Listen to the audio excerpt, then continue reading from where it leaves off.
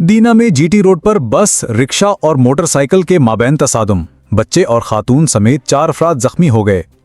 ये अफसोसनाक हादसा झेलम की तहसील दीना में बूढ़ा जंगल के करीब जीटी रोड पर पेश आया, जहां तेज रफ्तारी के बायस मुसाफिर बस, रिक्शा और मोटरसाइकिल आपस में टकरा गए। हादसे के नतीजे में 4 साला बच्चे और खातून समेत 4 अफराद शदीद जख्मी हो गए। हादसे की इतला मिलते ही रेस्क्यू 1122 की टीमें मौका पर पहुंच गईं और जख्मियों को फौरी तिब्बी इमदाद फराहम करने के बाद इन्हें रूरल हेल्थ सेंटर दीना और डिस्ट्रिक्ट हेडक्वार्टर अस्पताल झेलम मुंतकिल कर दिया। जख्मियों में 30 साला तहमीना जोजा तालिब हुसैन, 26 साला मुनीब विल्द एहसानुल हक, 4 साला मोहम्मद तैयब विल्द तालिब हुसैन और 24 साला हफीफ विल्द आसिफ शामिल हैं। अस्पताल इंतजामिया के मुताबिक जख्मियों को तिब्बी इमदाद फराहम की जा रही है।